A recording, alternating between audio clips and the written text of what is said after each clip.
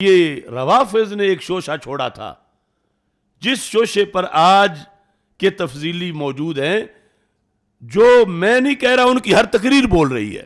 الغدیر میں روافض کا بیانیہ، اس کے علاوہ کتابوں میں بھی یہ لکھا ہوا ہے، یہاں سے میں پڑھ کے سنا دیتا ہوں۔ یہ جلد نمبر 5 ہے، اس کے اندر انہوں نے یہ لکھا ہوا ہے، وہی جملہ جو یہ آج بڑے دھڑلے سے بظاہر میرے خلاف بولتے ہیں، لیکن بولا امام احمد رضا بریلوی کے خلاف جاتا ہے، بولا مجدد الفسانی کے خلاف جاتا ہے، بولا پوری امت کے اماموں کے خلاف جاتا ہے۔ وہ کیا ہے؟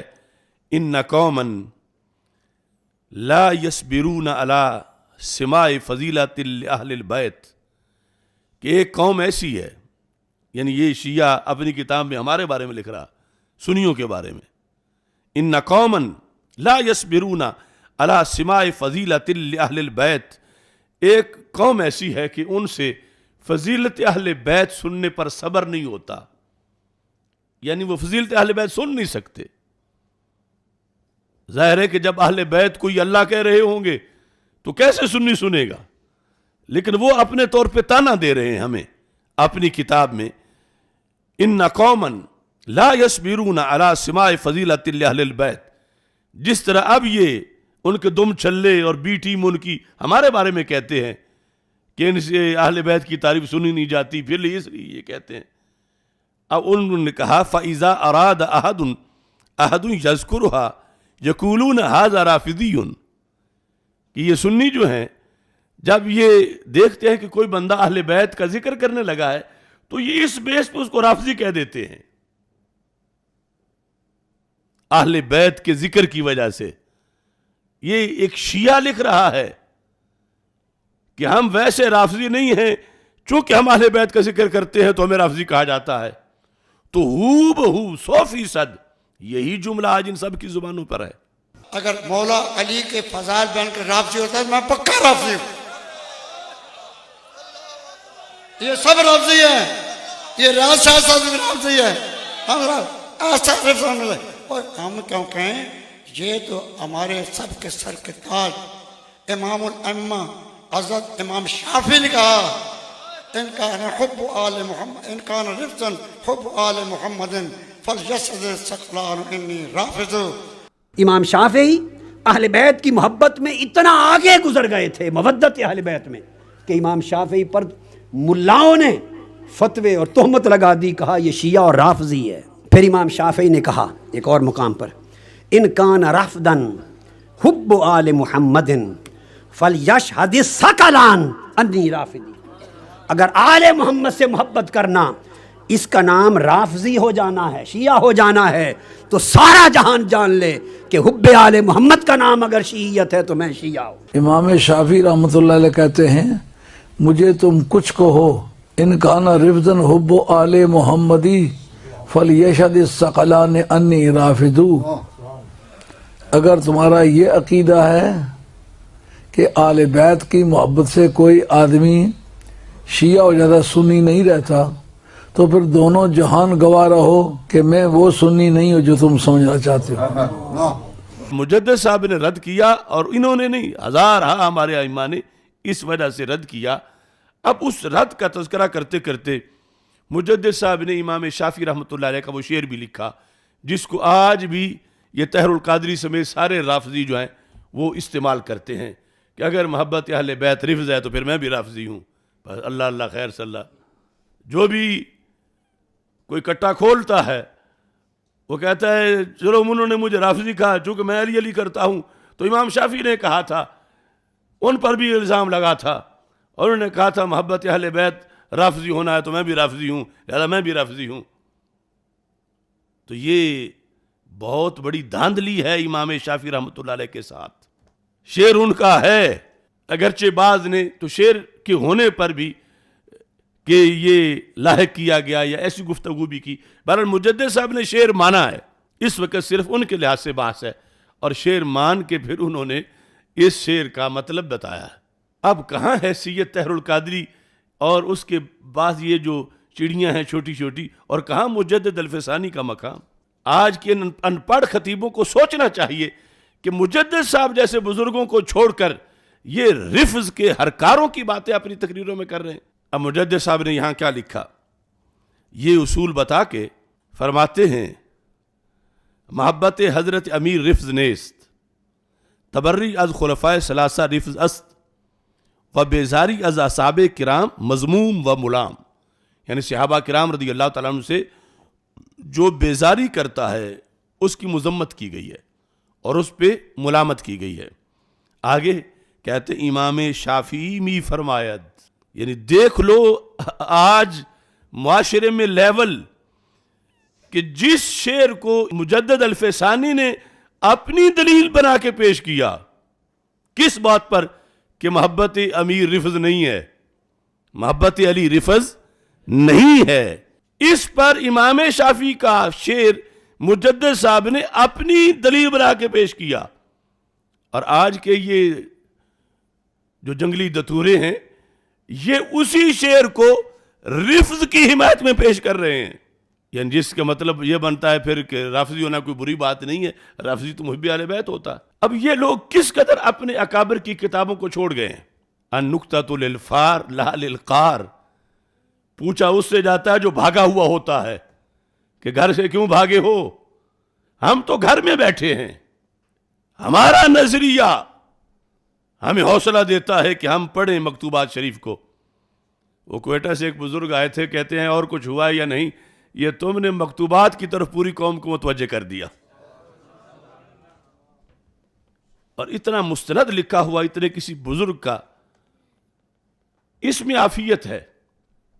کوئی کہتا ہے اور تو کوئی نہیں، بات تصفیہ کی طرف تم نے قوم کو متوجہ کر دیا، تو اصل ہم سارے بزرگوں کی طرف ہی قوم کو متوجہ کر رہے ہیں، اپنی طرف نہیں، ان کے لکھے ہوئے کی طرف۔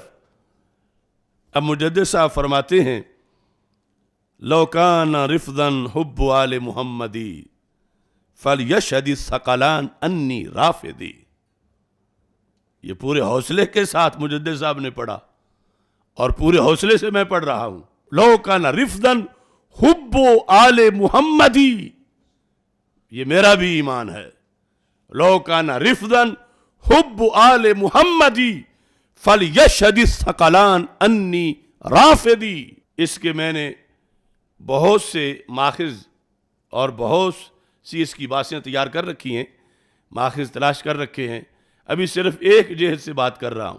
ترجمہ یہ ہے کہ اگر رفض لو کانا رفضا حب آل محمدی، اگر آل محمد صلی اللہ علیہ وسلم کی محبت رفض ہے، اگر آل محمد صلی اللہ علیہ وسلم کی محبت رفض ہے تو پھر فَلْيَشْهَدِ الثَّقَلَانِ، ثقلان ہے جن و انس، تو امام شافعی فرماتے ہیں پھر جن و انس گواہی دو انی رافضی، میں رافضی ہوں۔ اگر محبت اہل بیت رضی اللہ تعالیٰ عنہم رفض ہے تو پھر جن و انس گواہ ہو جاؤ میں رافضی ہوں۔ یہ شعر لکھا ہے مجدد الفسانی نے۔ اب آگے اس کا ترجمہ ہے، یعنی مطلب کیا ہے۔ مجدد صاحب کہتے ہیں یعنی حب آل محمد رفض نیست، آل محمد کی محبت رفض نہیں ہے۔ آج کے لونڈے لونڈے پڑھتے ہیں یہ شعر پڑھ کے کہ آل محمد کی محبت رفض ہے۔ مجدد صاحب کہتے ہیں یہاں سے ثابت ہوا کہ آل محمد علیہ الصلوۃ والسلام کی محبت رفض نہیں ہے۔ چنانچہ گمان می برند، جس طرح کے رافضی کہتے ہیں، گمان کرتے ہیں، یہ ان کا ہے، ان کا بیانیہ ہے کہ آل محمد صلی اللہ علیہ وسلم کی محبت رفض ہے۔ فرمایا رفض نہیں ہے جس طرح وہ کہہ رہے ہیں، آل محمد علیہ السلام کی محبت رفض نہیں ہے جس طرح وہ گمان کرتے ہیں۔ اگر ہمی حب را رفض گویند پس رفض مذموم نیست، کہا اگر اہل بیت کا پیار رفض ہوتا تو پھر رفض کوئی بری چیز ہی نہیں تھی، پھر تو رفض اچھی چیز تھی، کیونکہ اہل بیت کی محبت اچھی چیز ہے، اور اس کی وجہ سے اگر رفض آتا ہوتا تو پس رفض مذموم نیست، پھر تو رفض مذموم نہیں تھا، پھر رفض کی مذمت نہ کی جاتی۔ تو کیا کہتے ہیں زیرا کے ضم رفض از راہ تبری دیگرہ می آید، ہم تو رفض کے اس لیے پرخچے اڑاتے ہیں کہ یہ باقی صحابہ کے بغض کا نام ہے، اگر آل کی محبت کا نام ہوتا تو رفض کا ہم کبھی رد نہ کرتے، رفض کی تعریف کرتے کہ رافضی ہونا بڑا مقام ہے. لیکن آل کی محبت جو ہے وہ رفض نہیں ہے. اصل صحابہ کو گالی دینا رفض ہے، صحابہ کی تنقید کرنا رفض ہے، صحابہ پہ طعن و تشنیع کرنا رفض ہے. تو پھر فرماتے ہیں زیرا کے ضم رفض از راہ تبری دیگرہ میاد نہ از راہ محبت ایشاں. اہل بیت کی محبت کی وجہ سے رفض کی مذمت نہیں کی جاتی، بلکہ کس وجہ سے کی جاتی ہے؟ صحابہ کے بغض کی وجہ سے ان کو رفض کہا جاتا ہے اور رفض کی پھر مذمت کی جاتی ہے. اب یہاں پر منطقی طرز عمل سے استدلال ہے اور وہ میں تھوڑی سی وضاحت کرنا چاہتا ہوں. مثال کے طور پر، بلکہ وہ نواسب کی طرف سے ایسا کہا بھی گیا، جیسے یہ ہے نواسب کا ایک نعرہ ہے یا بیانیہ ہے. وہ کیا ہے کہ حضرت صدیق اکبر رضی اللہ تعالیٰ عنہ کا پیار ناسبی ہونا ہے. تو لو کان نسباً حب ابی بکر فلیشہد الثقلان انی ناسبی، یعنی ہاں تک کہ جملے ان کے موجود ہیں کہ اگر صدیق اکبر رضی اللہ تعالیٰ عنہ کی محبت ناسبی ہونا ہے تو پھر جنو انس گواہ ہو جاؤ میں ناسبی ہوں. یہ کسی نے ان میں سے کہا. اب یہاں بھی واردات ہے تو ہم کہیں گے حضرت صدیق اکبر رضی اللہ تعالیٰ عنہ کا پیار ناسبی ہونا نہیں، بغض علی ناسبی ہونا ہے. حضرت صدیق اکبر رضی اللہ تعالیٰ عنہ کا پیار ناسبی ہونا نہیں. یہ تم جھوٹ بول رہے ہو دعویٰ کرنے والے کہ ان کا پیار ناسبی ہونا ہے. ان کا پیار ناسبی ہونا نہیں بلکہ بغض علی ہے ناسبی ہونا. اور اگر ان کا پیار ناسبی ہونا ہوتا تو پھر ناسبی ہونے کی ہم مذمت نہ کرتے. ہم اس لیے مذمت کرتے ہیں ناسبی ہونے کی کہ ناسبی ہونا حضرت صدیق اکبر یا صحابہ کی محبت کا نام نہیں ہے، یہ بغض علی کا نام ہے. اب تھوڑا تھوڑا اس پر قیاس کر کے آپ سوچو اس جملے کو، پہلے شعر کو جو امام شافعی رحمۃ اللہ علیہ کا شعر ہے کہ اگر حضرت صدیق اکبر رضی اللہ تعالیٰ عنہ کی محبت ناسبی ہونا ہوتی تو جنو انس گواہ ہو جاؤ. شاید ابن تیمیہ نے یہ کہہ دیا تھا جنو انس گواہ ہو جاؤ، اس نے اپنے مطلب میں، ہم اس کا رد میں پیش کر رہے ہیں، جنو انس گواہ ہو جاؤ کہ میں ناسبی ہوں. تو ہم کہتے ہیں کہ یہ غلط ہے. حضرت صدیق اکبر رضی اللہ تعالیٰ عنہ کا پیار ناسبی ہونا نہیں ہے، بغض علی ناسبی ہونا ہے.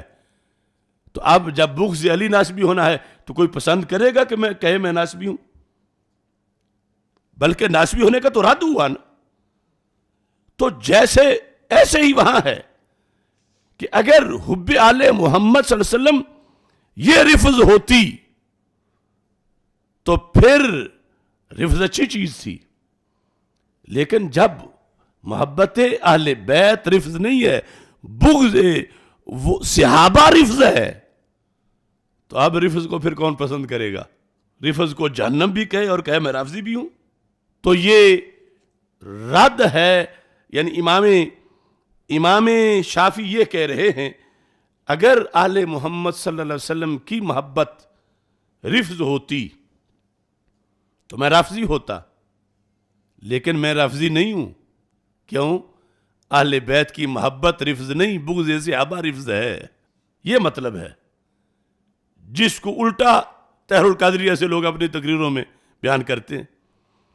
یعنی یہ شعر پڑھ کے کہ اگر اہل بیت کی محبت رفض ہوتی تو جنو انس گواہ ہو جاؤ پھر میں رافضی ہوں، لہذا یہ کہتے ہم بھی رافضی ہیں. امام شافعی یہ بول کے کہہ رہے ہیں میں رافضی نہیں ہوں. اگر اہل بیت اطہار کی محبت رفض ہوتی تو پھر میں رافضی ہوتا، لیکن میں رافضی نہیں ہوں. کیوں نہیں ہوں؟ اس واسطے کہ اہل بیت کی محبت رافضی ہونا نہیں، بغض صحابہ رافضی ہونا ہے. منطقی طور پر اب یہ جو بحث ہے قیاس استثنائی کی یا جو بھی مرکب ہو مقدمتین سے، مثال کے طور پر اس سے ملتی جلتی بات، کلما کانت الشمس طالیۃ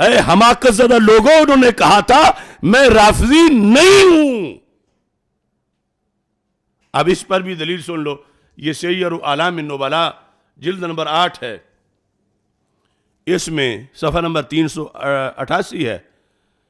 سند سے لکھا ہے، بویتی کہتے ہیں سألت الشافعیہ، میں نے امام شافعی رحمۃ اللہ علیہ سے سوال کیا، اصلی خلف الرافضی، کیا میں رافضی کے پیچھے نماز پڑھ لوں؟ یہ بویتی نے امام شافعی سے سوال کیا، جس کو ساجی نے سند سے روایت کیا. تو امام شافعی نے کیا کہا؟ لا تصلی خلف الرافضی، رافضی کے پیچھے نماز مت پڑھنا. تو اچھے رافضی ہیں کہ اپنے پیچھے نماز سے لوگوں کو روک رہے ہیں.